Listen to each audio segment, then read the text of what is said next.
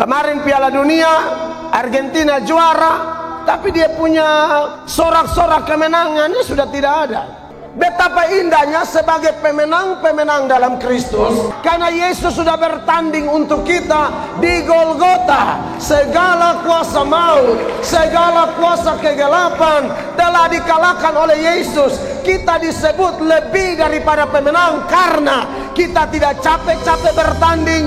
Kita juga tidak menjadi supporter yang berteriak maju Yesus, naik terus di salib. Tidak ada. Jadi hari ini kalau kita melompat, kita menari, kita bersorak-sorai, karena kita tanpa bertanding, tapi disediakan kemenangan yang jelas, kemenangan yang pasti, kemenangan yang permanen. Kita menang tiap hari, kita menang tiap minggu, kita menang tiap bulan, kita menang selagi masih hela napas kehidupan. Kita menang terus.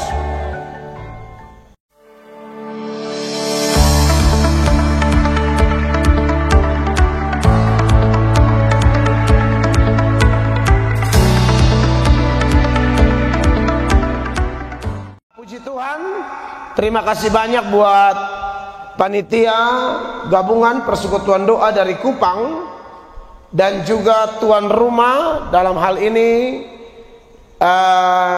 Gereja Masehi Injili di Timor Klasis Amarasi Barat, dan secara khusus Jemaat Gereja Masehi Injili di Timor Jemaat Golgota Makrena Niukbaun yang menerima saya sebagai mitra untuk memberitakan Injil.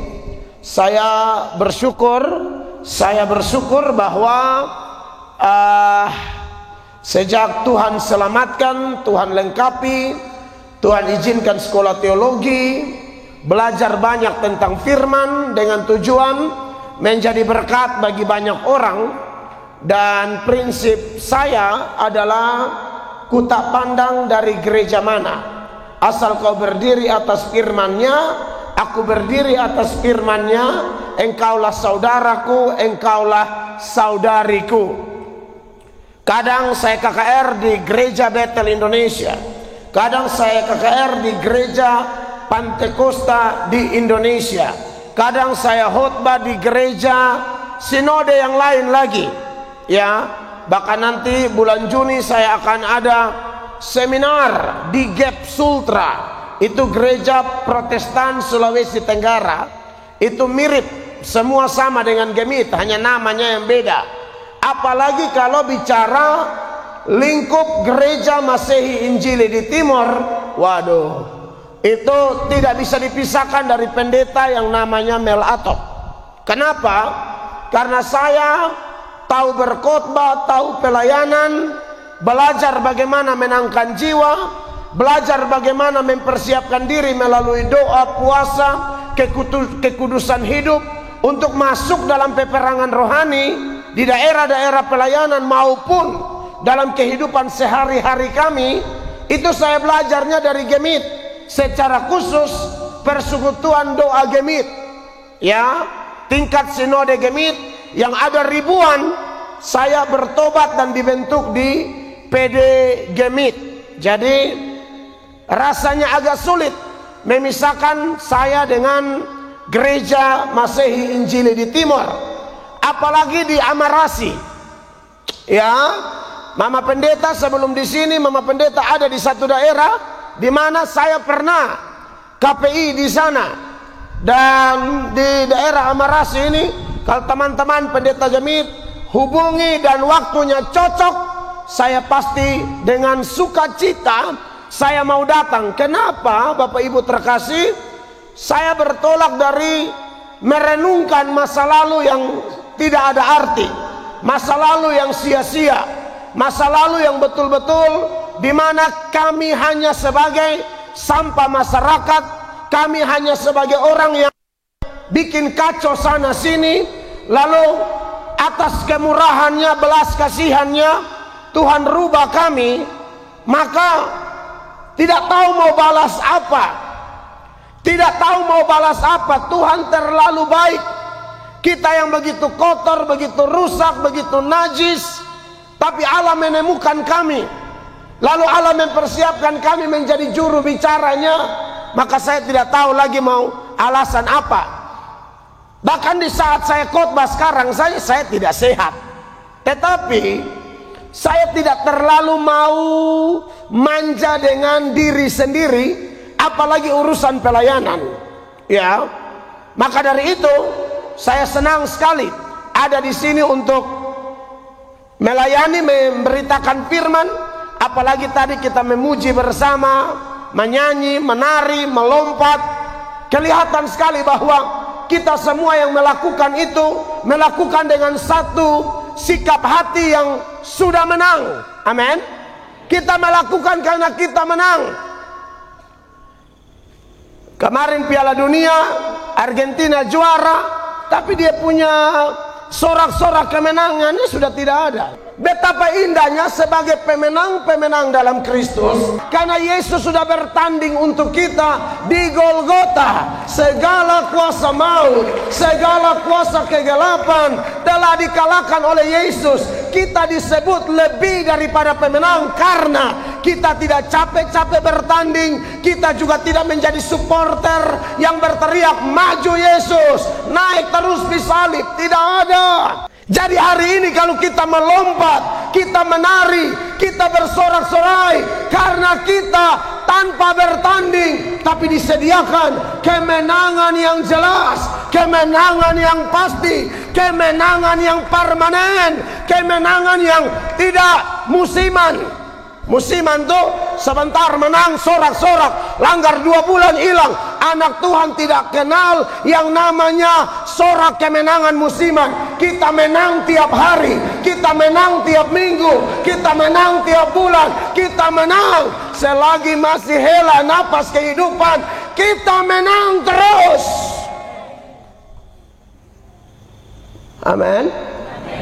Saya pribadi berdoa yang kemarin polisi PM baku pukul sampai baku bakar. Aduh, di otak saya tidak masuk benar-benar. Inilah kalau mau bela yang tidak jelas-jelas, padahal di kantong Kristen. Saya sampai berseru sama Tuhan, ini apa ini? Kita semakin mendoakan kota, semakin ada yang aneh-aneh. Tapi saya tidak menyerah berdoa, karena saya punya mental pemenang. Mental pemenang, lihat keadaan seperti kocar-kacir, dia tidak ciut, dia tambah terbakar, dia tambah semangat, dia tambah tersungkur, dia akan berdoa terus. Saya kecewa sebagai rohaniwan. Saya lihat, saya habis gereja, kita masih ngobrol di gereja, pulang lihat TikTok, lihat segala macam, kacau balau. Tapi ya semoga sudah badame. Saya tidak tahu perkembangan terakhir. Sudah pulih, karena mereka yang harusnya jadi panutan malah pergi bakalai, bikin kacau begitu. Kita yang mereka harusnya mengayomi, kan begitu. Kan mereka bikin kacau. Makanya kalau pakai pakaian dinas itu kanal Tuhan kayak Pak Albert. Ini pensiunan polisi, melayani Tuhan, pakai pakaian dinas lupa segala macam. Goyangan semua mau bakalai, mau pukul habis. Nanti tabrak gunung. Makanya ini cuaca baik mau KKR di Polda. Itu betan KKR di Polda. Gereja kita akan gandeng. Jadi teman-teman, Om Albert dan tim kalau mau bantu itu jauh lebih baik, karena kami tidak bisa sendiri. Saya sudah bilang kalau saya mau KKR minta bantuan kawan-kawan Gemit. Kalau tidak susah. Kalau mau KKR di Kupang kita tidak bisa sendiri. Kan tujuan kita juga apa? Kita fair saja. Tadi saya ngomong dengan ketua klasis Bapak Nuni itu, saya bilang, Bapak, anak-anak Gemit itu punya talenta luar biasa. Mau pemusiknya, mau penyanyinya, mau pengkhotbahnya. Jadi kalau Gemit tidak buka ruang bagi mereka, gereja lain rampas. Beta omong jujur-jujur sama pendeta. Gemit kalau tidak buka ruang bagi anak-anak Gemit yang punya talenta luar biasa, gereja lain rauh. Bet omosan suka tutup. Dia pakai tua klasis tadi. Beliau ada urusan jemaat menikah, namanya pemimpin, jadi beliau harus hadir di sana. Nah, Bapak Ibu jemaat yang diberkati oleh Tuhan Yesus, malam ini dibawa tema KPI yang bagus sekali, yaitu hiduplah sebagai anak-anak terang. Seturut Efesus 5 ayat 8. Perhatikan, kita akan dengar tim membacakan ayat ini. Silakan. Memang dahulu kamu adalah kegelapan, tetapi sekarang kamu adalah terang di dalam Tuhan. Sebab itu hiduplah sebagai anak-anak terang. Memang kamu dahulu adalah kegelapan, tapi sekarang dikatakan kamu adalah terang di dalam Tuhan. Sebab itu hiduplah sebagai anak-anak terang. Yesus pernah berkata, akulah jalan dan kebenaran dan hidup. Tetapi Yesus tidak pernah berkata, kamulah jalan, kamulah kebenaran, kamulah hidup. Tapi menarik, ketika Yesus memproklamirkan dirinya sebagai akulah terang dunia, di bagian lain dia berkata, kamu terang dunia. Makanya kalau kita bandingkan firman Allah di bagian yang lain, misalnya di dalam Matius pasal 5 ayat 14, jemaat kita baca sama-sama. Itu ayat berkata, saudara-saudara, kamu adalah terang dunia. Kota yang terletak di atas gunung tidak mungkin tersembunyi. Yesus berkata, aku terang, tapi dia bilang kamu terang. Nah, menarik kalau kita bicara tentang hiduplah sebagai anak-anak terang. Ternyata ini memang mandat surgawi, mandat dari sang penebus, mandat dari sang penguasa dunia akhirat, yaitu Yesus Kristus. Ini tidak bisa ditawar-tawar, Bapak Mama. Tidak bisa orang bilang saya bisa ada di posisi tengah, tidak terlalu terang tapi juga tidak terlalu gelap. Kami kelompok suram-suram, tidak ada. Tidak ada bilang kamulah anak suram, jadilah suram bagi sesamamu. Tidak ada. Harus terang. Amin. Buat bapak mama saya, kakak adik, opa oma, saudara saya di Gereja Masehi Injili di Timur Klasis Amarasi Barat yang hadir saat ini, saya sedikit beri keterangan. Di beberapa tempat saya khotbah, saya sedikit kasih keterangan. Memang di Alkitab itu ada hal-hal yang ya tidak merupakan satu keharusan, ya. Artinya kalau apa yang tertulis di Alkitab, tidak semua kita harus ikut lurus-lurus. Kadang-kadang ada catatan-catatan dari para penulis yang hanya bermaksud memberi informasi kepada kita saja, bukan suruh kita ikut lurus-lurus. Misalnya kalau ada informasi yang kita dapat, Tuhan Yesus tidak nikah, amin. Nah itu tidak usah ikut. Yang jomblo berapa banyak? Coba angkat tangan. Yang dari Kupang saya beliau mencurigakan terlalu banyak, ya. Yang song leader, singer, pemusik beliau barat semua. Belum ada titik terang, ya. Ya toh, Yesus tidak nikah. Alkitab memberi keterangan itu, tapi keterangan itu tidak menjadi keharusan, ya, untuk kita. Oh, Yesus tidak nikah, saya tidak nikah. Tidak ada urusan itu. Anak Tuhan bisa saja tidak nikah karena mungkin alasan tertentu, seperti yang tercatat di dalam Matius 19 ayat 12. Itu ayat bilang begini, ada orang yang tidak dapat kawin karena ia memang lahir demikian dari rahim ibunya. Yang pertama, ada orang yang tidak dapat kawin karena memang ia lahir demikian dari rahim ibunya. Ini kekhususan, keistimewaan, ya. Ada orang jenis ini, makanya dia seumur hidup dia tidak menikah. Mungkin ada yang dapat semacam karunia selibat khusus, saya tidak kawin, ya. Tapi kalau orang tidak karunia selibat lalu dia paksa, nah itu bisa jadi masalah juga kekasih Tuhan. Saya sudah bersaksi di mana-mana. Kalau saudara lihat marga saya itu Atok. Atok itu orang Belu, Mama Fanggidae, Bapak Atok. Nah saya ini memang lahir besar dari keluarga Katolik. Kakak saya masih Katolik tulen, jemaat Santo Matias Tofa.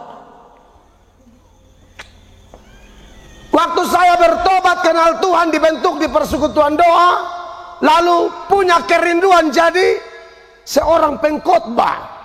Jadi ada suara-suara dari keluarga, ya sudah jadi pastor satu Romo. Nah masalahnya, beta lihat di daftar Matius 19 ini ayat 12. Wih, beta rasa berat. Tahu sendiri, ini beta biasa, beta saudara Katolik, teman baik dengan beta. Beta pernah khotbah waktu itu Teluk Kupang belum tutup, acara besar, beta pimpin khotbah, Bapak Romo Leo Mali, itu juga Romo yang terkenal di NTT. Beliau ada, dia Romo muda, calon pater muda. Beta bilang, weh beta akui pak, doin kalau saya berat. Bukan apa-apa mah khotbah, ini kan capek toh. Pulang nih kan mau cerita kok, mau curhat, mau bagaru, mau garus apa? Hah? Terakhir bata lihat telepon kau mengigo sa bimana. Jadi itu tidak mudah loh. Makanya kalau ada orang punya komitmen kayak begitu, oh wow, itu dahsyat. Ya kemudian ada alasan lain lagi, dikatakan bahwa dan ada orang yang dijadikan demikian oleh orang lain. Latar belakang bagian itu adalah zaman itu biasa kalau tuan-tuan tuh ada gundik. Nah kadang-kadang ada babu atau orang pembantu, budak-budak laki-laki itu yang nakal, mau ganggu tuan pun gundik. Maka tuan suruh kabiri dia. Ya, itulah latar belakangnya. Makanya dia tidak bisa kawin karena dijadikan oleh orang lain. Potong ke putus. Lu mau bikin apa? Lu ganggu sudah. Oh ini kasih habis nah. Sudah ada bilang sisa sedikit rata. Ganggu sudah. Pikirkan sekarang kalau ada yang nakal-nakal begitu potong kabiri kok. Ya kan ada yang bisa duduk diam di rumah. So ada bini juga hantam sana hantam sini, ganggu sana ganggu sini, putus. Maksudnya putuskan dosa-dosanya. Kalau beta yang tuan ya bilang kasih rata. Kurang ajar sekali. Dia tidak duduk diam, dia merayap sana merayap sini, ganggu sana ganggu sini. Kemudian dan ada orang yang membuat dirinya demikian karena kemauannya sendiri, karena kerajaan sorga. Ya mungkin ini berkaitan dengan orang-orang yang kayak Paulus begitu. Kita tidak jelas Paulus itu apakah sebelumnya tidak punya istri.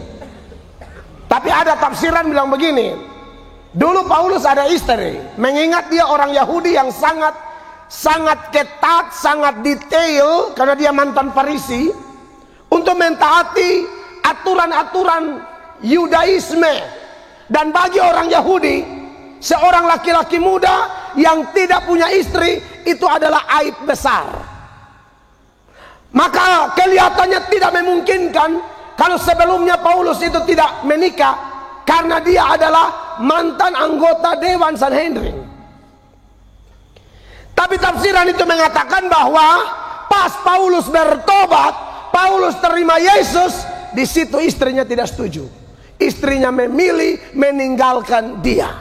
Maka setelah masuk hidup baru sebagai orang Kristen sejati, Paulus memutuskan, saya tidak nikah. Kalau saya memang cenderung pada tafsiran itu.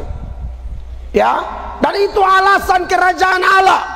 Paulus bilang, saya mau fokus pelayanan. Saya mau fokus untuk demi kepentingan kerajaan Allah. Nah, saudara-saudara yang diberkati oleh Tuhan Yesus, jadi kalau Yesus tidak nikah, bukan berarti kita tidak nikah. Amin. Apalagi yang di Alkitab yang bukan keharusan. Tuhan Yesus jalan di atas air. Pernah baca? Tuhan Yesus jalan di air. Jangan ikut. Tidak usah ikut. Jangan baca di Alkitab, wih, Bapak tua jalan di air. Rindu keluarga di rote atau di sabu. Hanya modal pegang ransel dan jargen gula air. Lalu menatap ke langit, awi Tuhan ini hamba rindu keluarga di oile. Dan ini hamba susah percaya dengan ferry cepat dan ferry lambat dengan ini pesawat wings ini. Dia hamba hanya yakin catatan Alkitab. Dia hamba baca Tuhan jalan di air ini. Itu bukan beriman, tapi itu bunuh diri. Iyo, bunuh diri. Saudara, kalau mau pisana lewat mana? Kalau bukan tablolong bolok, bukan? Buaya itu, buaya loh. Buaya tuh sobi berenang-berenang di bolok. Takutnya pas saudara langkah pertama buaya bilang, wah hadiah Natal nih. Hadiah Natal nih. Dia panggil kawan-kawan yang lain, baku rampas, cebere. Iya kan? Jadi saudara yang rindu pulang ke kampung, ke rote, ke sabu, tetap pakai jasa kapal laut. Kalau kami Tuhan berkenan, pemerintah Kabupaten Saburai Jua Sarai sedang memprogramkan untuk saya dan tim bisa ada di Sabu. Nah kami juga tidak mau pakai ayat jalan di air. Waduh, ini saya biasa jalan begini, tim lumayan nih, lumayan banyak, sehingga saya mau cari hari pas sehingga bapak-bapak tim kami yang kerja dapat libur. Nah kita mau berangkat ke Sabu. Iya toh, kan lucu juga kalau terlalu beriman baru bapak di sorga ini karena posisi Alkitab sudah bilang jalan di air. Jadi kalau memang kemana kita hanya melangkah dengan iman saja. Lu gila setengah. Jadi kalau ada cerita-cerita begitu, itu jangan jadi rumus. Aman. Apalagi Tuhan Yesus puasa 40 hari di padang gurun toh. Matius 4, Lukas 4. Yesus puasa 40 hari. Dan di Alkitab hanya 3 orang yang begitu. Tuhan Yesus, Musa, Elia. Ada informasi ini, ada cerita ini, tapi ini hanya deskriptif, menggambarkan peristiwa pada waktu itu. Jangan diterapkan di Gemit Golgota Arena. Jangan diterapkan di GCA Amazing Grace. Atau di persekutuan doa Eklesia, ya Eklesia dari Gemit Paulus ya. Jangan diterapkan di situ. Jangan terlalu semangat baru umumkan di mimbar sebagaimana Yesus puasa 40 hari 40 malam. Maka kakatong semua di sini mulai ini hari sampai 40 hari ke depan jam makan jangan minum. Nanti kau lihat hari ke-10 mati semua. Iya kan? Tapi saya pernah dengar beberapa teman di NTT, orang persekutuan doa itu puasa 40 hari. Dan itu memang ada satu kekhususan juga. Memang ada pergerakan roh yang minta dia puasa 40 hari. Dan terbukti dia puasa aman, sehat. Sekarang dipakai Tuhan luar biasa. Iya toh? Tapi yang maksud saya ialah jangan jadikan ini aturan umum. Ya. Saya punya teman Mama Seran. Mama Seran itu punya kesaksian. Makanya kan saudara kata Mama Seran san pernah pakai lipstick. Benar Mam Seran Hah? Iya Iya, ini ada di situ, makanya share. Tadi malam khotbah di tempat saya. Mama Seran itu pernah punya pengalaman, akhirnya dengan Tuhan, pokoknya beliau itu dilarang pakai make up. Betul Mama ya? Tapi itu beliau tidak menjadikan rumus bagi ibu-ibu yang lain. Itu pengalaman istimewa beliau. Makanya kalau Mama Seran, lu harap ada lipstick di antara kita. Ya, dan kita hargai. Amin. Kita hargai, tapi tidak bisa juga jadi rumus untuk semua. Amin. Woi, kalau mama-mama di Marenason pakai lipstick, kacau ini desa. Ini desa pasti akan tidak ada terang. Yang ada hanya kesuraman. Amin, mama-mama di Marena. Jadi maksud saya, ada hal-hal yang memang bagi seseorang itu khusus bagi dia, tapi memang tidak bisa dipaksakan. Oh, semua orang harus jadi kayak saya. Kalau ada orang karena panggilan khusus lalu dia mentaatinya, kita dukung dia untuk melakukan itu, sepanjang saya bilang tadi dia tidak paksa untuk jadi rumus. Nah, saudara-saudara, tapi berbeda dengan ayat-ayat seperti malam ini. Sesuai tema kita, hiduplah sebagai anak-anak terang. Itu rumus, itu keharusan yang kita pegang menjadi keharusan. Di dalam Alkitab hanya 3 jenis. Yang pertama bersifat perintah, seperti ini: hiduplah sebagai anak-anak terang, kamulah terang dunia. Itu harus. Atau perintah yang lain lagi, ingat, kuduskan hari Sabat. Maka semua jemaat di Marena mau sibuk kayak apa? Ternak banyak, kebun luas, lahan luas, usaha bagus, kerja dari Senin sampai Sabtu, Minggu jangan, istirahat. Sekali saya pernah dengar di daerah Amarasi sini, hari Minggu juga kerja, ular hijau gigi mati ditampar. Benar, benar.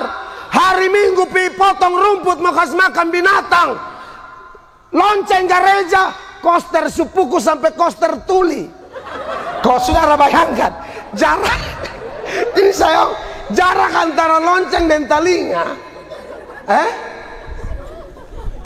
Beka tuh beberapa koster tuh son nyambung lah. Son nyambung lah. Potong tanya, sumakan, anda yang mau pikir ini non. Saudara lihat ya, lihat. Gara-gara apa?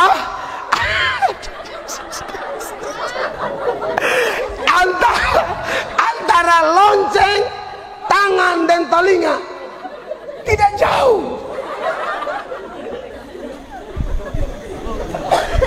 Tambah lagi beliau bilang, waktu mama melahirkan, mama bilang, lu nih persembahkan jadi koster. Lu mau gimana?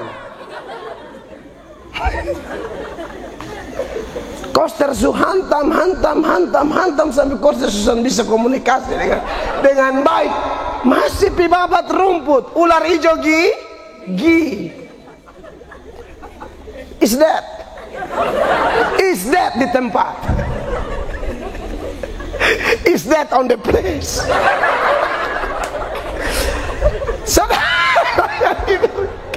Saudara diberkati oleh Tuhan Yesus Kristus. Itu perintah, itu rumus, tidak boleh. Amin, mama. Larangan. Ini larangan, ini terlalu banyak ini. Pokoknya yang ada bilang jangan. Itu larangan tuh. Itu tidak bisa ditawar-tawar. Jangan mencuri. Amin. Omong-omong mencuri ini bet omong supaya pulang nang ketonju aman toh. Bahkan ada tuh yang level mencurinya mengerikan. Bukan jemaat biasa, majelis. Pencuri di mana? Di gereja. Pencuri apa? Uang kolete. Di Golgota tidak ada. Di Golgota dosa semua ditebus, perlu aneh-aneh. Hitung kolete Ada yang agak tabal sengaja buang di sampah. Semua pulang, dia tidak biasa bantu angkat sampah, maka lu buang mus bantu karena ada di dalam. Anda lihat itu. Ya, saya harap di mana-mana tidak ada. Di gereja tempat saya memimpin jemaat Tuhan ada, mak, ada, maka kami tegur, ada pancuri. Lihat kawan lain pakai handphone mahal, dia cuma pakai handphone mahal. Madison berdoa, berharap, bekerja, tunggu waktu Tuhan kumpul doi. Pakai acara bantu hitung kolete. Tahu siapa suruh dia hitung? Dia tidak ada dalam daftar tugas penghitung kolete. Dia ke tenaga volunteer, sukarela, bukan dorongan Roh Kudus, bukan dorongan gembala. Dia dorong diri sendiri.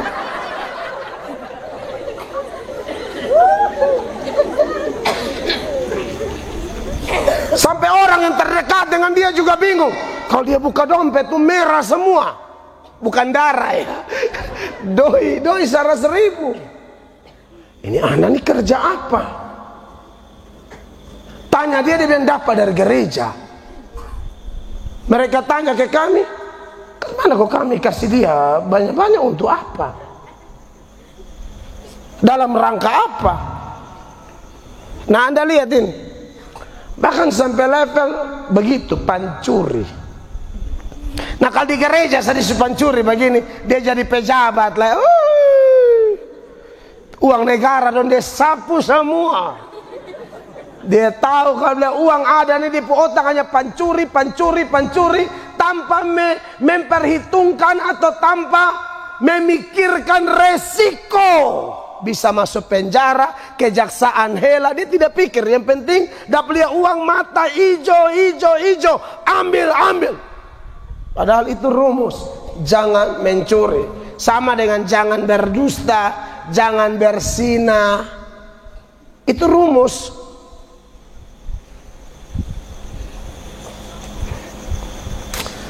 Sekarang kasus perzinahan ini banyak sekali. Ada yang jemaat biasa berzina, ada yang majelis dengan majelis berzina. Di gereja tertentu sampai istrinya protes karena ibu pendeta sudah tahu don dua ini ada apa-apa, tapi ibu pendeta ke dorong don dua kok pelayanan sama-sama terus.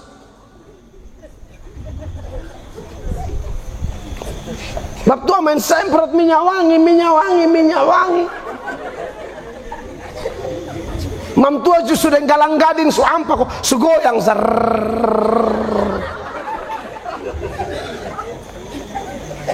Dia bini ketemu saya lapor. Saya bilang, wih saya ini bukan ketua klasis, tapi ternyata mau share, mau berbagi aja. Ini ibu pun cara palo susun wajar. Kalau naik gonceng dempak, ibu pun hela sembab tuh agak buncit kempes. Maksudnya karena dia mungkin dia takut jatuh, mungkin kemungkinan kan bab Tuhan nih memang skillnya balap juga. Jadi jadi perlu sama kayak Musa bala lautan tuh.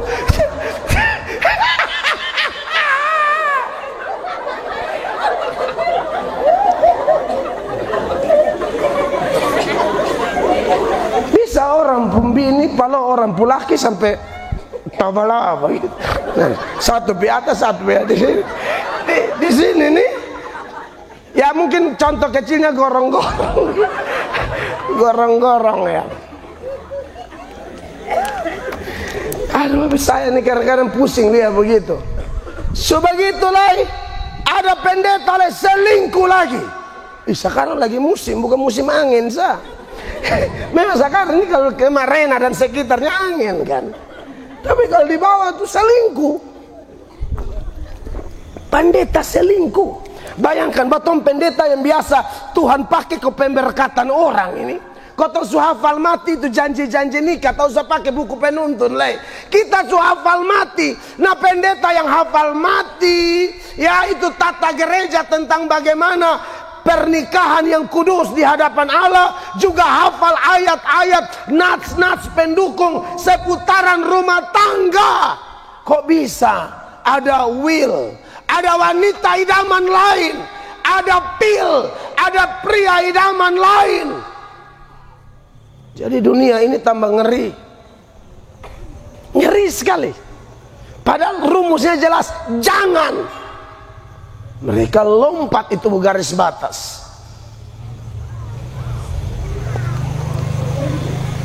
Lalu keharusan yang lain yang harus dipegang dan diyakini adalah selain perintah, larangan, ada yang namanya janji.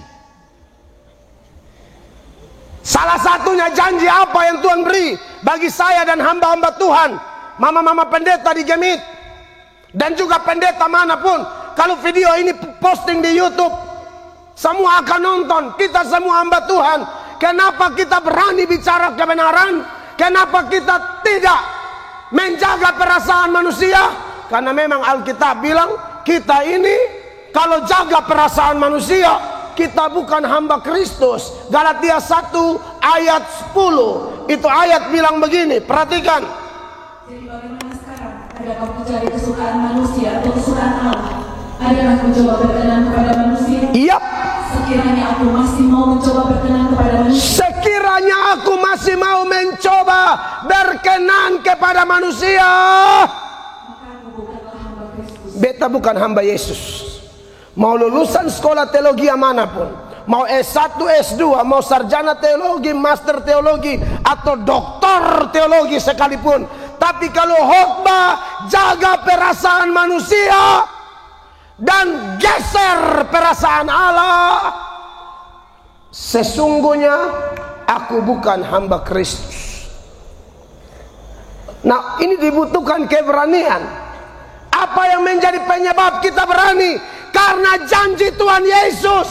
Dia bilang, pergi jadikan semua bangsa muridku dan seterusnya, dan ketahuilah aku menyertai kamu senantiasa sampai kesudahan zaman. Itu janjinya. Dia sertai kita. Tidak gampang jadi pendeta. Saya kalau boleh dengar curahan hati mama-mama pendeta, bapak-bapak pendeta, kayaknya kita semua sama. Iya toh? Jemaat 10 masalah 10 mama pendeta. Jemaat 20 masalah 20. Jemaat 200 masalah 200. Dan seterusnya. Sebelumnya saya kasih ingat, atau kan itu pas baca pegang dua-dua begini aja supaya lebih dekat. Tapi pastikan dia hidup. Eka lihat, dengar. Oke, ini kita minta maaf ya, alat untuk supaya di media bagus dengar. Karena biasa khotbah begini, nanti orang lain donju nonton. Jadi kita mendapat diberkati, orang lain diberkati di mana-mana, di berbagai belahan bumi, asal ada internet. Kalau sana ada dia lihat itu cover gambar kelinci itu sampai Natal. Nah, ini janji Allah, amin. Ini gabungan persekutuan doa, eklesia dan yang lain-lain yang tergabung bikin ini nih. Saudara, tentu melayani ini berat loh. Apalagi tadi Pak Albert bilang kita punya target jangkau kecamatan-kecamatan besar di seluruh Amerasi ini. Saya sudah bilang saya dibentuk di persekutuan doa, belajar pelayanan dari persekutuan doa. Tidak ada persekutuan doa datang main langsung pelayanan. Itu ada doa persiapan dulu, ada doa puasa dulu, segala macam. Nah, anak-anak yang tahu pelayanan, mereka akan mau diatur. Iya toh? Kita berjeri lelah, tapi karena ada janji, setiap orang yang melayani Tuhan, jeripayamu tidak sia-sia. Amin. Jadi kalau ada pelayan yang hanya mau datang kau langsung show di muka, lalu dia tidak mau terlibat ikut aturan, saya pikir dia harus bertobat. Pelayanan ke depan dia harus ikut aturan. Ya, orang lain doa, doa. Beta orang persekutuan doa aja beta tahu. Jadi janji Tuhan begitu banyak. Kalau cari dahulu kerajaan Allah dan kebenarannya, semua keperluan kita Allah siapkan. Bahkan di bagian lain dia berkata apa? Apa yang tidak pernah engkau lihat dengan matamu, apa yang tidak pernah engkau dengar dengan telingamu, apa yang tidak pernah timbul di dalam hatimu, Allah siapkan bagi setiap orang yang mengasihi Dia. Nah, jadi kalau ngomong hiduplah sebagai anak-anak terang, ini bagian dari 3 tadi. Ini perintah, maka ini keharusan bagi kita.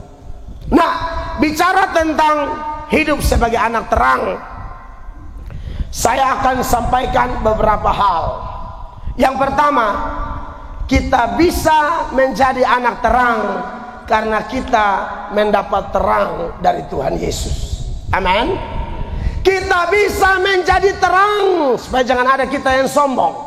Karena sesungguhnya kita ini turunan gelap semua. Turunan Adam dan Hawa itu turunan gelap semua. Tapi kalau kita diminta jadi anak terang, ini orang-orang gelap diminta jadi anak-anak terang. Bagaimana kita bisa menjadi anak terang? Maka apa yang Yesus katakan dalam Yohanes 8 ayat 12, kalau kita ikut Dia yang telah memproklamirkan dirinya sebagai terang dunia, maka kita tidak akan jalan dalam gelap. Perhatikan ini ayat, kekasih-kekasih Tuhan. Maka Yesus berkata pula kepada orang banyak, katanya, Ya. Akulah terang dunia.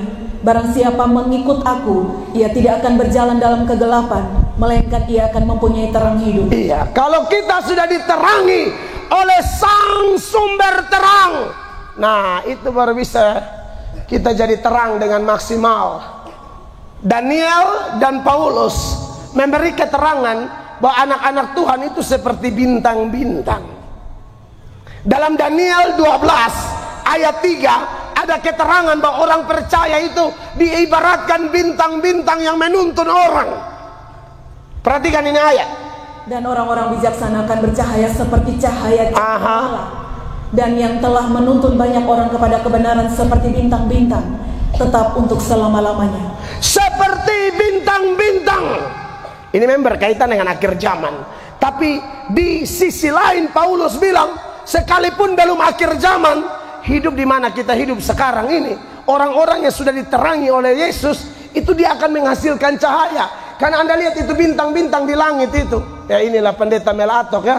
Orang lain KKR di Hotel Bintang 5. Melatok bintang lu hitung sendiri. Tapi itulah kita subiasa. Ya.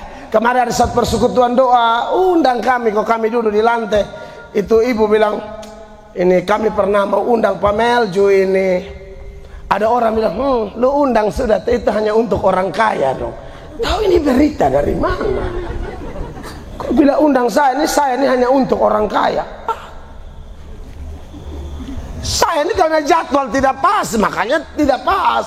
Kalau pas datang. Masa kita layani orang kaya? Tidak ada itu. Orang kaya entah aku mati sama saya nah. Pide-pide kau befado kiri kanan sampai dong bilang tak usah pilih. Serius dulu pengusaha ikut saya banyak, hilang hampir semua hilang. Kebepu hantam ini kan hanya orang yang mau sungguh-sungguh ikut Tuhan sah. Kalau hanya mau dengar lucu-lucu, son cocok. Beta lucu tuh hanya untuk kedingin, bagian son lucu justru salah lah. Iya toh? Iya toh, bayangkan kalau son lucu baru itu musik pesta pukul datang saudara san ancor. Jadi pendeta mesti putar otak ini, tidak gampang public speaking, ngomong di depan orang begini, suasana begini di bawah ponce marah ini. Iya.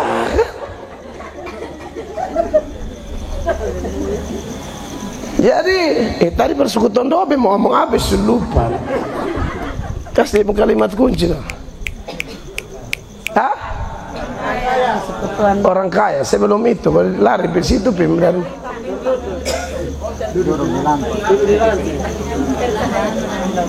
oh sudah pokoknya itu sudah. jadi bercahaya seperti bintang-bintang. Amin. Nah saudara, kita hidup di zaman yang orang semua masih jahat, tetapi kita yang disebut atau diminta hidup sebagai anak terang harus sadar ini. Kita tidak mungkin menghasilkan cahaya. Oh tadi BO mau bilang bintang 5 dan bintang di langit. Jadi maksud saya adalah, bagaimana saya dan Bapak Ibu bisa percaya? Tidak mungkin tidak kalau Anda tidak mendapatkan terang dari Kristus. Itu tidak bisa. Dengan terang dari Kristus inilah kita bercahaya bagi generasi ini, bagi keluarga kita, lingkup kerja kita, tetangga kiri kanan, muka belakang, dan seterusnya. Makanya dalam Filipi pasal 2 ayat 15, Filipi 2 ayat 15, ayat ini berkata, supaya kamu tiada beraib dan tiada bernoda, sebagai anak-anak Allah yang tidak bercela di tengah angkatan-angkatan yang bengkok hatinya dan yang sesat ini, sehingga kamu bercahaya di antara mereka seperti bintang-bintang di dunia. Kamu bercahaya di antara mereka seperti bintang-bintang di dunia. Amin. Ini bintang dapat cahaya itu dari matahari. Kita tidak bisa menghasilkan cahaya sendiri. Kita hanya bisa bercahaya kalau Yesus menerangi kita. Amin, saudara-saudara. Dan kalau Yesus sudah terangi, maka semua kegelapan itu ditelanjangi. Karena orang yang sudah diterangi itu akan nampak sekali. Kebaikan, kesetiaan, keadilan, kebenaran keluar dari dirinya. Makanya ketika kita bandingkan dengan nats pembuka kita, Efesus 5 ayat 8, yang mengharuskan hidup sebagai anak terang, 9 dan seterusnya, dia bilang begini, 9. Karena terang hanya berbuahkan kebaikan dan keadilan dan kebenaran. Kalau sudah diterangi, nah ini yang muncul nih, kebaikan, keadilan, dan kebenaran. Jadi kita tidak hidup jahat-jahat lagi. Kita punya buah kebaikan tuh orang lihat. Dan kalau ini buah kebaikan orang lihat, disinilah orang memuliakan Allah. Bapak Ibu terkasih. 10. Dan ujilah apa yang berkenan kepada Tuhan. 11. Janganlah turut mengambil bagian dalam perbuatan-perbuatan kegelapan yang tidak berbuahkan apa-apa, tetapi sebaliknya telanjangilah perbuatan-perbuatan itu. Iya, telanjangilah perbuatan-perbuatan itu. Dia tambah lagi beri ketegasan di ayat 12 dan seterusnya. Sebab menyebutkan saja pun apa yang dibuat oleh mereka di tempat-tempat yang tersembunyi telah memalukan. 13 sama-sama, 1, 2, 3. Tetapi segala sesuatu yang sudah ditelanjangi oleh terang itu menjadi nampak. Sebab semua yang nampak adalah terang. Jadi kalau orang sudah diterangi oleh Kristus, bahasa sederhananya, tidak ada kemunafikan, tidak ada acting, tidak ada main sinetron. Dia apa adanya. Wih, susah juga kalau kita hidup acting. Bayangkan kan suami acting terus munafik dengan istri. Ini repot, belum diterangi oleh Kristus tuh. Kok sembunyi terus, sembunyi apa? Saya berkonseling orang nikah tadi, saya kegiatan banyak. Ini jemaat juga ada sakit banyak, tapi puji Tuhan kami tim bisa menyebar. Ya saya bersyukur punya tim yang istri dan tim juga, kalau tidak wah berat. Ini ada yang mau nikah, ada yang sakit, ada yang operasi, semua harus dilayani dan harus jalan sama-sama. Saya tanya, ini biasa kalau saya konseling itu saya ajak bercerita. Suka kenal berapa lama, paling suka apa, son suka apa, bla bla bla. Bagaimana komunikasi.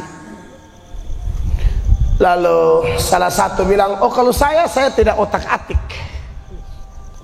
handphone juga saya tidak periksa. Oh oke. Satu juga bilang, beta juga. Oke. Saya bilang begini, itu pacaran. Sudah nikah, periksa. Ini bukan pacaran. Karena Alkitab berkata Adam dan Hawa ketemu pertama itu mereka telanjang. telanjang kalau seberangkan sekarang tuh transparan, tidak ada yang disembunyikan. Semua yang nampak tuh terang, tidak ada disembunyikan di sana. Suami istri kok WhatsApp tidak transparan, bagaimana?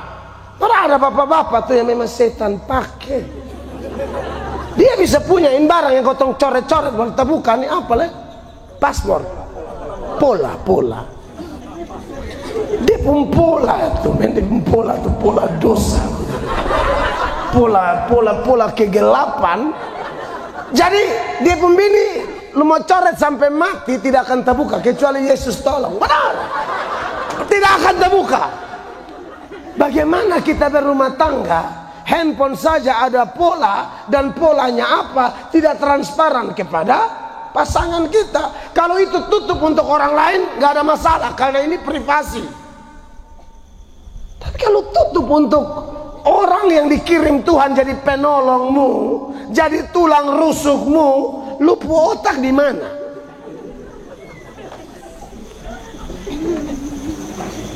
Ketong tuh biasa mempet-pet percaya sa bapak. Nanti bencana sudah datang ular lioksain sufeo baru kok emang kok karena apa ini? Datang ke Batu Natoni.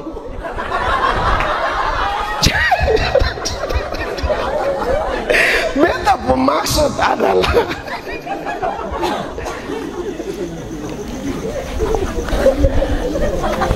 itu mus panggil kau Natoni dan dia kau dia tahu.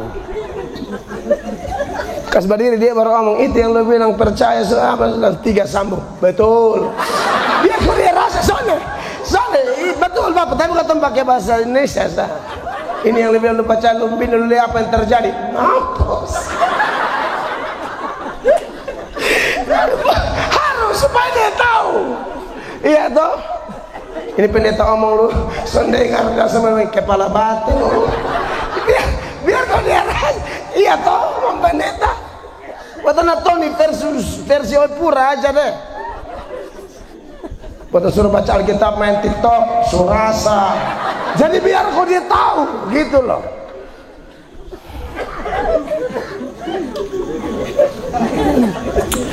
Kasih. Haleluya. Suami istri kok tidak transparan, aneh bin ajaib.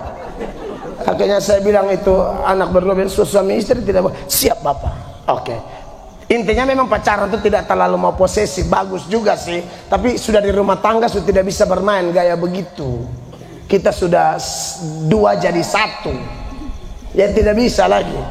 Kasih uang ke keluarga pun kasih tahu pasangan dulu. Tidak ada keluarga tuh yang setan pakai. Ketemu di Pasar Baun, ini dengar cerita. Ketemu di Pasar Baun deh ibu pulak ini natus. Bisa keluarga ketemu berom deh ibu. Aduh, kasih tahu kakak natus 2 juta sumasok, transfer. Ibu Naomi tak uju. Naomi ini natus bu istri loh ya. Saya belum kasih tahu tadi. Ini saya bukakan sekarang. Naomi adalah istri dari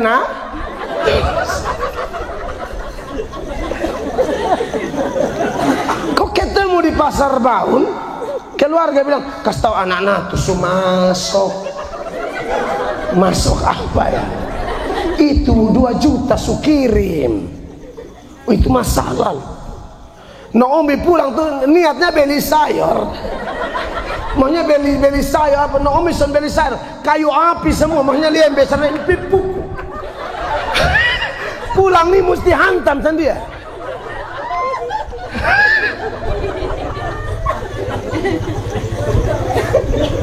Ada loh rumah tangga yang bertengkar gara-gara itu. Mau transfer kasih tahu istri dulu. Amin. Ya memang ada istri-istri juga yang memang hanya Tuhan yang tahu. Oh itu kakek. Andi aku dimimpi tambah tak ganteng itu kan dia hanya mau makan sendiri sebagai keluarga. Kasihan ya. Jangan begitu juga.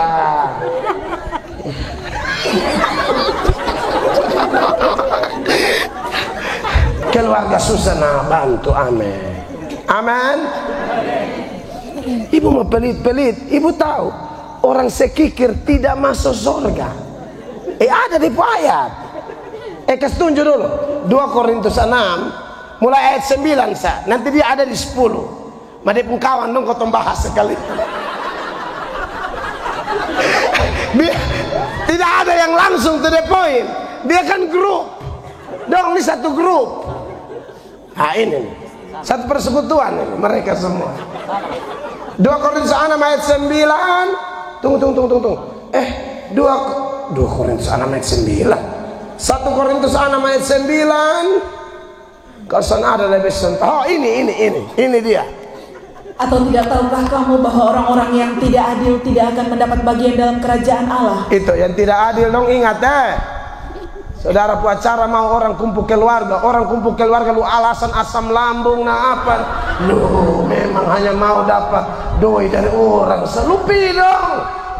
Bikin buku jelas dia bawa berapa waktu itu. Bagian orang lain pun asam lambung naik ini. Janganlah sesat orang cabul, penyembah berhala, yang bersinah. Cabul, penyembah berhala. Jadi kalau ada orang Kristen di Amarasi Barat yang masih sembah-sembah di kuburan, bertobat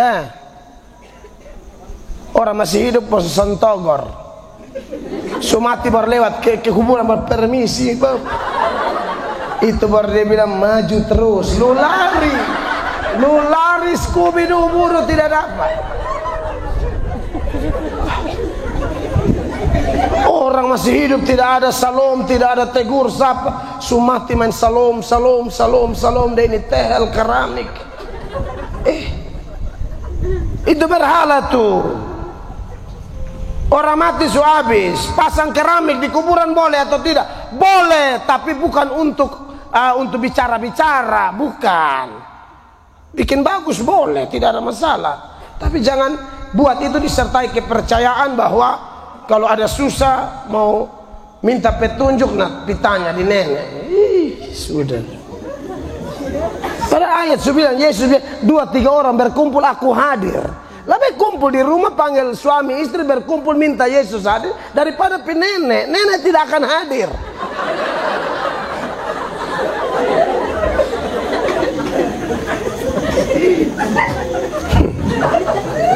Apalagi orang bersinah, banci, orang pemburit. Banci ini tambah banyak loh sekarang. Serius loh. Banci ini tambah banyak, banci ini. Saya bingung dengan banci ini ya. Ini ditambah lagi ada rohaniwan yang bela banci dan pemburit dan menganggap kebancian itu adalah gift. Padahal kalau kita belajar jelas ini daftar orang yang tidak masuk surga. Artinya ini manifestasi dosa. Semua kita ini orang berdosa. Manifestasinya macam-macam. Ada yang dia tuh manifestasinya pencuri. Seperti yang saya bilang, Bapak Mama pernah nonton di TikTok opa-opa kasih makan ayam? Pernah tidak? Kasih makan ayam dekat dia totok masuk langsung. Itu skill tinggi tuh. Apakah kita mau bilang ini karunia? Karunia totok ayam langsung hilang. Ayam hidup, dia totok hilang.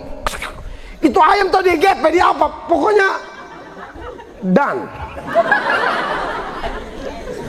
And selesai. Nah, saya heran kok mereka bilang ini gift, ini bukan gift, ini dosa yang butuh diselesaikan oleh Tuhan Yesus. Titik. Makanya kita tidak membenci kaum gay, yang kita gay lesbian, yang kita benci dosanya, bukan orangnya. Mama Pendeta membayangkan kalau ini legal di Indonesia, legal di NTT, Octodenadus tersandar. Don dua mau nikah. Octosan mau dengan Omi. Otomatis Octodenadus. Kita yang pemberkatan ini mau omong apa Mama Pendeta Ini yang datang bulu kaki gondrong dua-dua. Darah Yesus. Ini mau waxing, mau cabut kayak apa, dia akan muncul tuh kayak paku pentul. Benar, aku beta pernah cukur, hasilnya hancur juga. Ini kebun brokoli dua nih mau apa?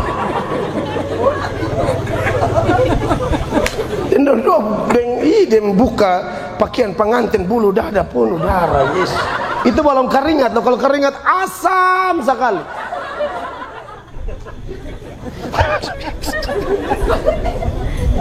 Nah kita gereja mau pemberkatan itu mak, beta memilih ditembak mati daripada beta bela setan kayak begini. Kalau andai kata mesti tangkap mas penjara sesudah mah, siapa mau bela? Kemarin beta dema itu di Rhode Island, Amerika Serikat. Itu ada tuh di YouTube tuh, anak-anak Papua di sana tuh tidak tahu mau ke gereja kemana, karena semua gereja di Rhode Island itu mungkin kampungnya Hillary Clinton kali. Itu bendera LGBT di semua gereja. Pelangi di semua gereja. Gedung ibadahnya bendera Amerika tapi sudah warna pelangi. Di situ saya bicara LGBT. Mau jadi apa jadi? Entah mau tangkap na tangkap. Padahal bisa mengerti dia ngomong apa juga. Tapi saya diberkati dengan anak-anak Papua. Itu anak-anak Papua yang pemerintah janji ke sekolah, pemerintah tepati. Itu pemerintah keren. Mengerti kau maksud? Jadi mereka janji ke sekolah, anak ke sekolah betul. Sekolah sampai luar negeri, Amerika Serikat. Itu anak dong, mbak omong suka bukan beta kok bahasa Inggris. I can spot ini. Aku bisa sepotong dompun tuh mangga enak mau mati lebih besok. Kalian ini memang luar biasa. Saya 6 kali ke Amerika nih begini saya. Tidak ada perkembangan sama sekali. Mereka itu omong suka bule yang amat enak gitu loh. Mereka haus sekali firman Allah. Itu jaraknya cukup jauh. Saya dari Los Angeles terbang ke Philadelphia hampir 5 jam. Dari Philadelphia saya dijemput jalan darat ke Rhode Island itu lewat New York dan terus sampai sana 5 sampai 6 jam. Aduh mereka antusias luar biasa. Teman saya pendeta di sana atas permintaan pendeta Royandi Utasoid, akhirnya beliaulah yang memberi diri harus terbang setiap berapa kali seminggu sebulan itu terbang ke Rhode Island. Pas saya ada di tempat mau ke khotbah sedikit, mereka khotbah tanya jawab mahasiswa, dan mereka semua bilang kami biar model begini tapi kami tidak mau melawan firman Allah. Kan di sini banci menular gila-gilaan, LGBT pemburit. Di NTT katanya sebanyak juga, hanya belum terlalu ini. Belum ini karena dong ini ke gunung es sudah susun kuat. Beta sayang kok, beta sayang. Beta akan terus suarakan dan beta harap Roh Kudus celikan. Karena beberapa yang dulu kalau beta omong mereka marah. Pendeta Melato terlalu jahat. Dong bilang beta tuh jahat. Khotbah jaga perasaan. Jadi dong anggap beta tuh tidak jaga perasaan. Nah kan saya ini komitmen, tidak bisa saya jaga lu perasaan. Lu marunggah makan kelor, lu minta beta jaga perasaan. Dia bilang jangan dengar dia. Pas semua dek-deka mati karena AIDS toh. Kan begini dia pun jurus AIDS. Doa alasannya sakit lambung absen AIDS. Semua deka mati baru dia panggil di pasukan yang banci-banci baru dong, yang baru lulus tes. ini baru lulus dong, jari jemari mulai bergerak ya. Dia panggil masuk sini. Bosan dengar Mel Atot. Sering Serius, semua deka mati baru omong, suruh dengar sambeta. Bayangkan dari beba teriak-teriak ada yang cinta nih. Memang kadang-kadang be marah-marah, ma di balik marah tuh ada kelepasan. Daripada lembut-lembut tapi bawa bencana. Amin. Lihat Petrus salah tuh, Tuhan Yesus bukan togor main-main. Hei iblis, mundur belakang lu iblis. Jangan bilang Tuhan Yesus tidak sayang Petrus hanya gara-gara kata begitu kasar. Jangan bilang. Itu kata-kata yang berujung membangkitkan Petrus. Amin. Lu iblis, geser belakang lu. Tuhan pikir lain, lu pikir lain. Amin. Makanya kekasih-kekasih Tuhan semua mati baru bilang, Pak Mel omong itu benar. Ma ini anggota baru dan juga belum datang. Nanti semua mereka mati baru bilang, dia benar. Kita sudah sehat, sembuh kok, sembuh. Beta punya teman banyak pendeta. Memang dia pun bahasa tubuhnya, dia pun goyangan tubuhnya masih kelihatan. Mana sudah begitu lagi, tidak begitu lagi. Benar, sudah nikah anak banyak. Itu dia.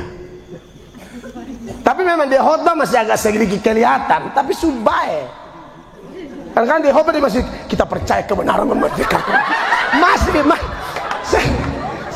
Masih, tapi itu aman kok, aman, dekasa. Kata rasa roh malah. Iya. Khotbah masih kelihatan. Kita percaya kepada Yesus yang melepaskan dosa-dosa. Tapi enak gitu loh.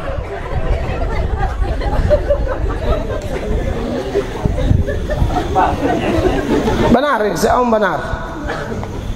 Hanya memang kalau dong datang besok pokoknya beta son mau lihat siapapun, beta lihat hanya kepada firman saja. Kalau kami lihat satu semua suka tahu darah Yesus dong. Makanya paling enak undang dong tuh pas corona. Pakai masker toh. Kita kalau buka masker, beta son akan lihat bepa anggota satu pun. Saya tidak akan lihat mereka. Kita semua fokus ke ini firman. Karena mereka kan minta maaf, tak terhindarkan. Tapi saya itu bersyukur gitu loh. Kalau kita melihat kebenaran ini, kita percaya Tuhan. Itu kan kota juga darah Yesus. Tapi clear gitu loh. Itu baik. Jadi jangan bilang, oh ini saya sudah begini, jadi saya Tuhan pasti ciptakan saya begini. Tidak ada. Kita semua punya kekurangan. Saya ini tukang pencuri berat. Dan itu kelainan jiwa tuh. Sembuh kok. Karena segala yang kotor-kotor, gelap-gelap, ketika terima Yesus, diterangi. Amen. Tidak ada dusta, tidak ada acting. Amin, kekasih Tuhan. Amen. Maka siapapun kita, hanya dengan menerima Yesus, kita akan mampu melakukan tema ini. Amin. Yang kedua, bagian kedua, terang itu pasti kontras dengan gelap. Itu tidak bisa tidak. Amin. Tak terhindarkan. Setelah terima Yesus, saya mempertajam poin pertama dengan poin kedua ini. Poin kedua ini mempertajam poin pertama, maksud saya bahwa ketika orang diterangi oleh Kristus, itu kontrasnya dengan gelap begitu terasa. Bicara tentang kegelapan, sudah pasti itu bicara tentang dosa. Dan dosa itu merusak persekutuan kita dengan Allah. Amin. Dosa merusak persekutuan kita dengan Allah. Jadi kalau ada orang kelihatan bersekutu tapi pegang-pegang dosa, dia penipu. Ulang. Dosa penghambat persekutuan dengan Allah. Tapi faktanya, sekalipun ada orang tertentu yang pegang dosa begitu kuat-kuat, dia sangat mencintai dosa, tapi tetap rajin persekutuan. Bahkan mungkin pelayanan di persekutuan. Saya mau kasih tahu, ini penipu. Dan kalau ada penipu-penipu jenis ini di sini malam ini, Anda harus bertobat. Anda main sinetron tuh, Anda penipu tuh. Dari mana kita tahu? Perhatikan 1 Yohanes 1 ayat 6. 1 Yohanes 1 ayat 6. Jika kita katakan bahwa kita beroleh persekutuan dengan Dia, namun kita hidup di dalam kegelapan, apa yang terjadi? Kita berdusta dan kita tidak melakukan kebenaran. Kita jangan bilang kita bersekutu dengan Dia, tapi kita kompromi kegelapan. Tidak bisa. 7. Tetapi jika kita hidup di dalam terang sama seperti Dia ada di dalam terang, maka kita beroleh persekutuan seorang dengan yang lain, dan darah Yesus anaknya itu menyucikan kita daripada segala dosa. Jelas bahwa kegelapan di sini bicara dosa. Maka dari itu, kembali ke poin pertama tadi, kalau mau diterangi, mau disucikan kegelapan sirna, terima Yesus sungguh-sungguh. Salah satu dosa yang saya lihat orang sering lakukan, dan itu menjadi pemecah belah di dalam persekutuan. Ini kita semua belajar nih, baik gereja saya, gereja Tuhan yang saya pimpin, gereja Golgota, bahkan semua gereja Masih Injili di Timur atau non-gemit manapun yang dengar khotbah ini, kalau ada kegelapan dalam persekutuan kita, di sana Tuhan tidak berkenan. Dan salah satu manifestasi kegelapan yang dicatat secara jelas dalam Alkitab, itu namanya kebencian. Kebencian. 1 Yohanes 2 ayat 11. 1 Yohanes 2 ayat 11 bilang begini. Tetapi barang siapa membenci saudaranya, ia berada dalam kegelapan. Tetapi barang siapa membenci saudaranya, ia berada di dalam kegelapan dan hidup dalam kegelapan. Terus apa? Ia tidak tahu kemana ia pergi karena kegelapan itu telah membutakan matanya. Iya Bapak Mama, kita nih mau persekutuan kita ya, saya tetap mengakui dan mempercayai pengakuan iman rasuli. Gereja yang kudus dan am. Dalam gereja yang kudus dan am, gereja yang universal itu, maupun gereja-gereja lokal seperti di tempat ini atau di mana-mana tempat, Anda tahu musuh dari persekutuan apa? Kebencian. Ada orang benci orang, tapi dia ketemu pakai budaya NTT, ketemu masih cium disertai puji-pujian. Tambah cantik.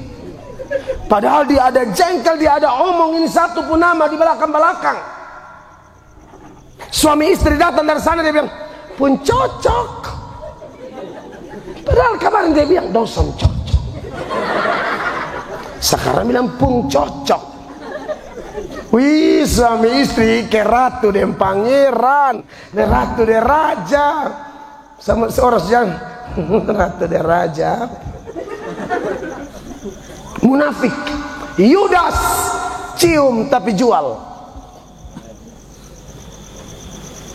Kalau mau Golgota kuat, kalau mau persekutuan doa yang melakukan KKR ini kuat, kalau mau semua tim yang datang dari Kupang, mau dari persekutuan doa atau dari MSM Grace kuat, buang kebencian.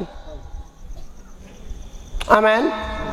Buang kebencian. Itu gelap tuh. Ada yang tidak beres dengan hati kita. Harusnya semakin kontras. Di gereja Tuhan tempat saya melayani, ada orang-orang yang dulu benci sekali dengan saya, tapi sekarang jadi pendukung pelayanan setia. Benci, mereka terang-terangan bersaksi benci. Karena ada yang waktu itu belum nikah, masih gadis, saya khotbah tidak boleh pacaran atau nikah beda agama. Nah dia ini punya pacar beda agama, jadi dia antipati sekali dengan saya. Karena pendeta yang paling beribut masalah itu salah satunya saya. Saya mau terang-terang, mau radio, mau KKR, KPI, saudara-saudara yang melayani di sini, jangan coba-coba pacaran dan beda agama. Yang tadi nyong-nyong ganteng, nona-nona ganteng, jangan coba-coba pacaran dan beda agama. Lu bisa cinta sandula padahal seharusnya doa puasa kas lu. Seharusnya antar termati di persekutuan doa, senada jadwal doa semalam suntuk, dia tetap di ruangan ini. Hanya untuk lu mau den Dula, mau de Ahmad, mau de Mahmud. Ahmad, Dula, Mahmud, Udin itu cukup menjadi Sekawan sebangsa setanah air. That's it, right? Mereka bisa jadi kawan kantor, oh iya. Tapi kita harus toleransi dengan mereka kan Pak? Oh iya dong, toleransi lah. Orang beda agama ya di NTT ini, kalau mereka ada susah, siapa yang dahulu bantu mereka? Anak-anak terang. Amin. Kita yang bantu. Tapi toleransi hanya sebatas itu, sosial, bukan iman. Itu tidak bisa ditolerir. Keluar dari antara mereka itu gelap, itu najis. Tolong baca dulu 2 Korintus 6 ayat 14. Ini salah satu kegelapan yang lain. Janganlah kamu merupakan pasangan yang tidak seimbang dengan orang-orang yang tak percaya. Sebab persamaan apakah terdapat antara kebenaran dan kedurhakaan? Terus, atau bagaimanakah terang dapat bersatu dengan gelap? Atau bagaimanakah terang bisa bersatu dengan gelap? Ya saudara, jangan paksa-paksa diri. Ini omong tentang terang. Poin kedua adalah kontras dengan gelap. Jadi pacaran, tolong cari yang satu iman. Basong yang susidi dong. Itu komitmen mus kuat. Susidi asbar di Palosa Ahmad. Ahmad ke lutut karena di aspal. Sab. Balik le kanan. Sab. Ketiga Ahmad pelutut aman di kepala di aspal. Nona pun kepala mati. Lu susidi, lu su make up begitu bagus, bunga di dada. Mama pun FIFA nomor 4 habis. Lu puasa. Kadang-kadang bosan badak FIFA, badak Fafi juga taruh. Pas itu lu palo ini paman dari Sulawesi Selatan. Ini ada pamang-pamang. Pamang Sulawesi Selatan itu cukup beli minyak bimoli. Tidak usah lu bilang inilah cintaku kepadamu Burhanuddin. Tidak bisa. Dibilangin kok.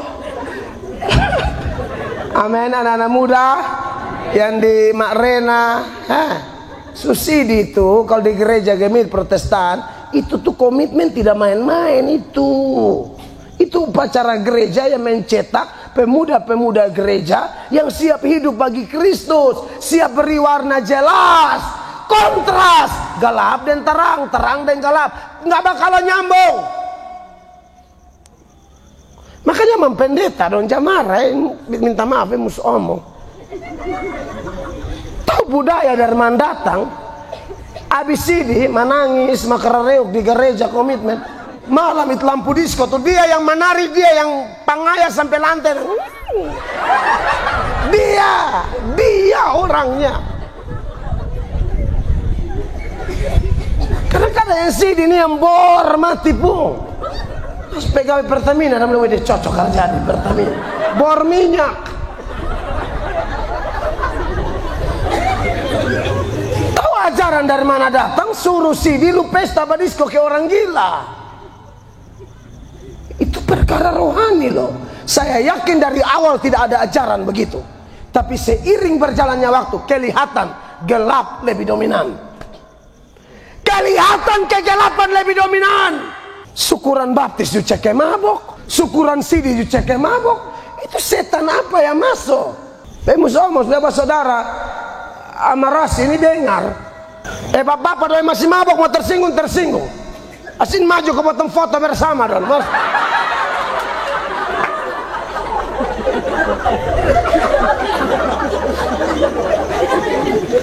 Acara yang gereja pun tetap mesti ting ding.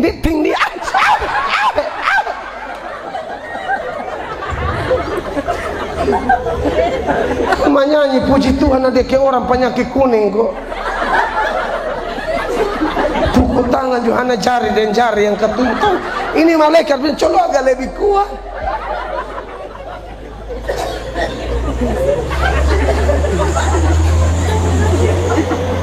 Bapak Ibu, terang kontras dengan gelap. Amin. Dan Bapak Ibu tahu gelap arti yang lain dari gelap. Kalau Anda belajar Alkitab, gelap itu satu kondisi yang dipengaruhi oleh setan. Baca di dalam Efesus 6 ayat 12 itu, salah satu gambaran setan adalah penguasa kegelapan. Coba baca.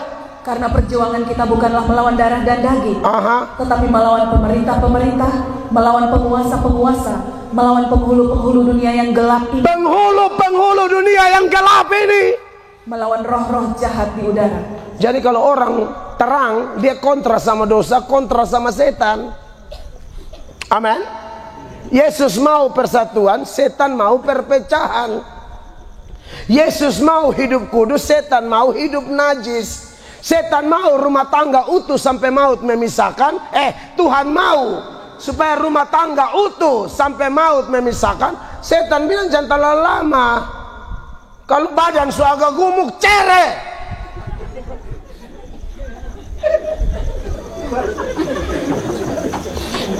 Dia pun cinta tergantung lemak. Pokoknya mak berani naik.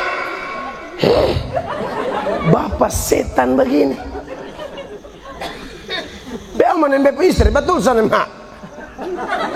Santai sama, mak mau olahraga. Pokoknya lihat waktu, mak jangan pikir bep cinta turun. Sonde akan beta terlalu mengasihi mak. Bet pakai bahasa yang lebih alkitabiah. Kan bep bukan puisi, bep bukan orang-orang yang suka puitis. Mama. Beta jarang begitu. Jarang.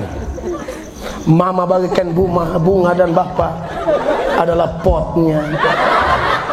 No. Maaf, beta mengasihi mama. Beta sangat mengasihi mama. Bagaimana tidak mengasihi? Istri saya tuh, pacaran saya tuh ASN, Sarjana Pertanian Faperta Undana, ASN. Beta hanya pendeta GSJA, ya san pegang gereja, dan san ada gaji per bulan. Kalau ada yang murah hati kau sorong, nah itu betul hidup. Benar. Jadi waktu mau nikah dan beta orang dorong mentua bilang, nikah akan apa? Dan kira bepi khotbah bagian lama tuh hanya makan ini cemaran. Tapi beliau tetap memantapkan hati untuk nikah dengan saya. Rumah tidak ada, motor kredit uang muka 1,5 juta. Supaya semua jelas toh. Vega, itu motor bukan yang tren-tren. Beta nih anak muda yang mau bergaya, doi hanya bisa Vega. Kalau mau lebih keren waktu itu Jupiter. Beta masih ingat. Beta Vega, kaca pun naik, itu sama kayak rusa yang di acara-acara binatang di televisi.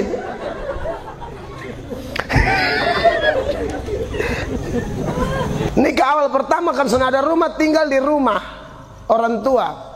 Itu rumah khusus bepung kamar, sana ada pintu. Hanya ada hordeng biru pun lubang-lubang.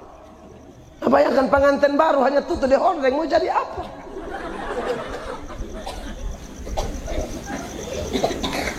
Tapi dia tetap semangat, mau dukung sebegitu. Beta juga agak keras-keras yang jelas gitu loh. Ada sabit marah-marah tuh yang melukai. Waktu itu awal ini beta omong kisah nyata. Jadi mana beta pun cinta kendor hanya gara-gara mak pembarat badan naik, tidak akan. Beta buka omong besok suci, tidak akan. Beta gembala sidang, beta harus jadi teladan untuk semua yang beta pimpin. Bukan tidak boleh, ya olahraga juga. Gua tahu beli alat sekarang. Mam tuh lebih semangat olahraga dari beta. Hanya kondisi pelayanan rumah tangga antar anak ke sekolah sekarang agak susah beli olahraga. Beta jangan bisa tuntut terlalu macam-macam Ada bapak-bapak tuh yang kalau foto dan dia bini dia muka puasa. Besok lihat ini susah di sini sana ada Om Albert Tombai sama. Foto dan dia bini itu pernah yang tabuka smile sana dia kayak dia berhabis kerja bakti di kecamatan tuh. Dia capek sekali. Mau coba kau bilang foto dengan orang lain, dia senyuman tabuka sekali. Dari situ saya pakar psikologi, saya tahu ini something wrong with you, my bro. Benar.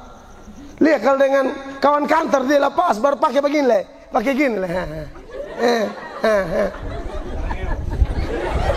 Mau sarangnya kok sarang lebah, dia cuma gini saja. Sarang tawon.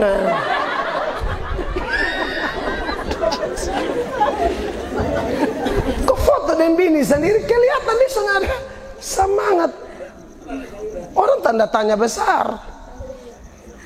Nikah dengan ibu, nikah dengan kawan alumni, reunian dulu pun smile tuh cerah gagah sekali. Dan bini, kasihan. Bapak yang muka bangka saat foto dan bini, firman ini datang untuk kau ini malam. Kau jangan tanya untuk siapa, ya kau.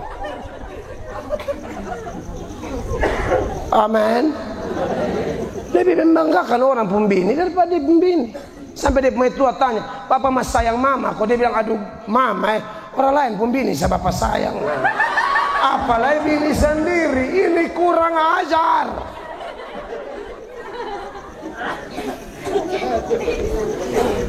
Jadi Bapak Ibu, Yesus mau tetap ada kemesraan, tetap ada cinta, tetap saling menghormati, saling menghargai dalam rumah tangga sampai maut memisahkan. Amin. Tuhan Yesus mau supaya ibu-ibu jangan dikuasai kegelapan. Tetap hormat suamimu, tunduk kepada suamimu, jaga kata-katamu kalau ngomong sama suamimu. Jangan pegar ganteng kayak orang. Ada ibu-ibu juga bikin suami tidak sejahtera karena di pencara menyawa suami itu ketus-ketus tuh. Mama kan lihat di meja. Terus capek mesti tanya mak apa. Buntian satu. Itu kalau batu ada bela selalu taat. Amin. Ketus-ketus keras-kerasan jelas. Kalau mau ikut betul, ikut ajaran Alkitab, kau berdosa di hadapan Allah. Jawab suami model begitu. Zaman perjanjian lama tuh lu dihukum mati tuh.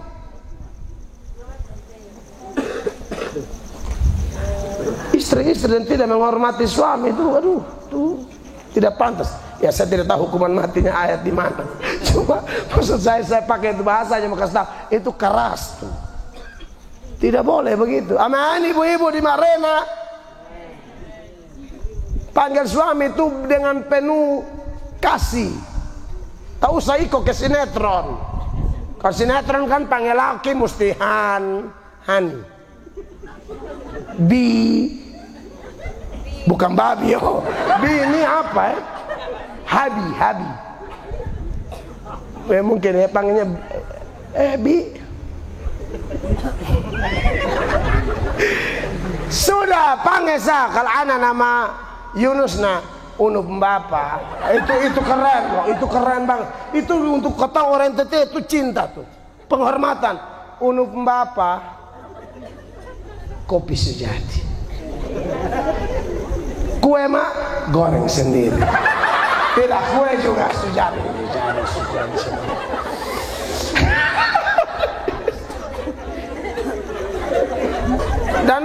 Dan lagi Bapak Mama, saya tambah lagi semua habis Hokmar sulat nih mah. Besok malam kedua Pak siapa? Iya Pak Hau ya. Pak Hau akan Tuhan pakai menguatkan kita semua. Dan yang paling parah, kegelapan itu ada kaitannya dengan neraka. Makanya simbol dari neraka itu tempat yang gelap, yang paling gelap. Jadi kalau 1 dan 2 tadi tidak beres, dosa dan setan kita tidak beres, kita go ke neraka. Itu pesan, kontras itu penting. Tapi saya yakin dan percaya, kita anak-anak Tuhan tidak mungkin sampai di sana. Amin. Karena kita telah dimerdekakan, kita telah dipulihkan, kita yakin bahwa kapanpun kita meninggal, karena kita semua lagi antri, ya nomor antrian meninggal masing-masing, kita yakin anak terang akan kumpul dengan terang sumber segala terang. Makanya kalau ada kerabat kita meninggal, jangan sedih berlarut-larut, sedih pas-pas, sepanjang dia adalah orang percaya, dia akan dikumpulkan bersama dengan Tuhan Yesus. Sebagai nats penutup, perhatikan 1 Tesalonika 4, 13-14 ya. Jaminan bahwa anak-anak terang pasti kumpul dengan sang terang, yaitu Yesus Kristus. Perhatikan. Selanjutnya kami tidak mau saudara-saudara bahwa kamu tidak mengetahui tentang mereka yang meninggal, supaya kamu jangan berduka cita seperti orang lain yang tidak mempunyai pengharapan. Supaya kamu jangan berduka cita seperti orang lain yang tidak punya pengharapan. Terus, karena jikalau kita percaya bahwa Yesus telah mati dan telah bangkit, maka kita percaya juga, amin, bahwa mereka yang telah meninggal dalam Yesus akan dikumpulkan Allah bersama-sama dengan Dia. Beri tepuk tangan yang meriah bagi Tuhan Yesus. Kiranya khotbah malam ini memberkati kita semua. Mari kita berdiri bersama-sama.